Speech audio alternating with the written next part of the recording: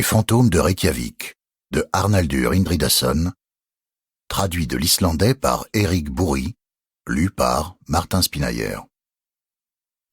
Le jeune homme avait descendu la rue Scotusvegur, s'était arrêté sur le pont qui enjambait le lac de Tjörnin, et, penché par-dessus le garde-corps métallique, il avait aperçu la poupée dans l'eau.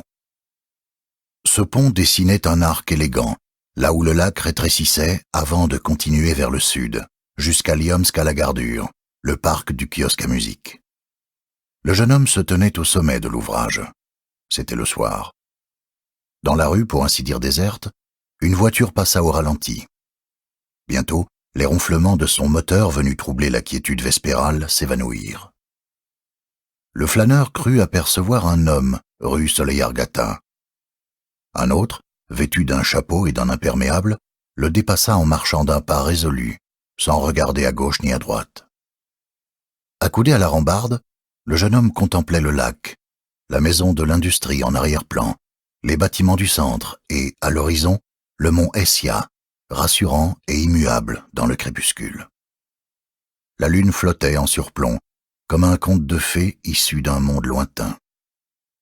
C'est en baissant les yeux qu'il vit la poupée dans l'eau. Cette vision éminemment poétique toucha la sensibilité du jeune écrivain.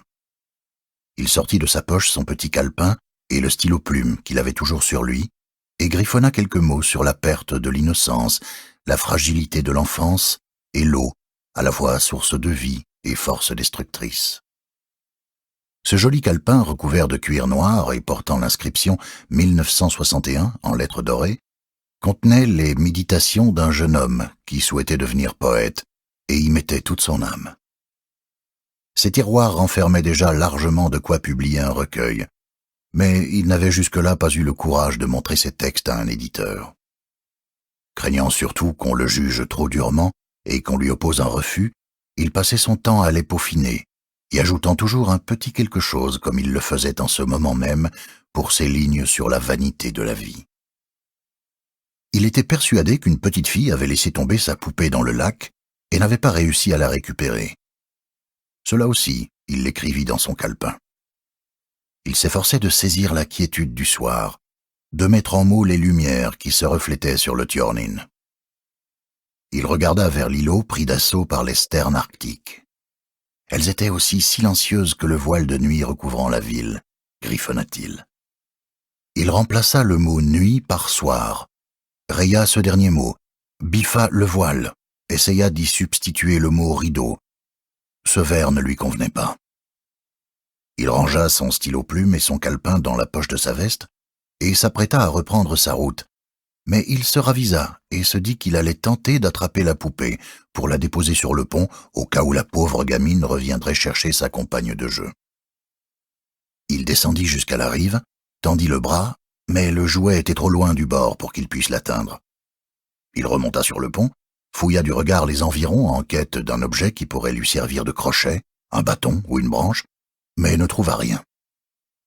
Renonçant à son projet, il remonta la rue Scotusvegur en direction du cimetière de Olavala Kirkjugarður. Ces lieux étaient souvent pour lui source d'inspiration. Au bout de quelques dizaines de mètres, il trouva la branche d'arbre qu'il avait cherchée quelques instants plus tôt, rebroussa chemin et redescendit sous le pont. Le bout de bois était assez long pour atteindre la poupée, mais cette dernière résistait, coincée de l'autre côté du bras d'eau. Il la secoua énergiquement et fut sur le point de renoncer une seconde fois, lorsque, enfin, elle se libéra. Elle s'éloigna vers l'autre côté du pont.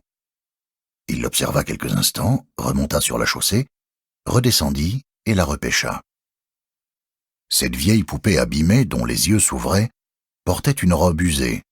Sa bouche entr'ouverte émettait un petit couinement quand on lui appuyait sur le ventre. Ses cheveux étaient arrachés par endroits. On voyait les trous où les mèches avaient été plantées. Il lui appuya à nouveau sur le ventre. De l'eau coula de ses yeux comme si elle pleurait. Immobile, le jeune homme regarda vers la pointe sud du lac, où il aperçut une masse. En scrutant plus attentivement, il comprit ce que c'était. Il entra dans l'eau qui lui monta rapidement aux aisselles et avança les pieds dans la vase, insensible au froid. Bientôt, il atteignit la forme, et quand il la tira vers lui, Ses craintes se confirmèrent. Il remonta sur la rive, épouvanté par sa découverte. Il venait de trouver le corps d'une petite fille, tombée dans le lac de Tjörnin, où elle s'était noyée.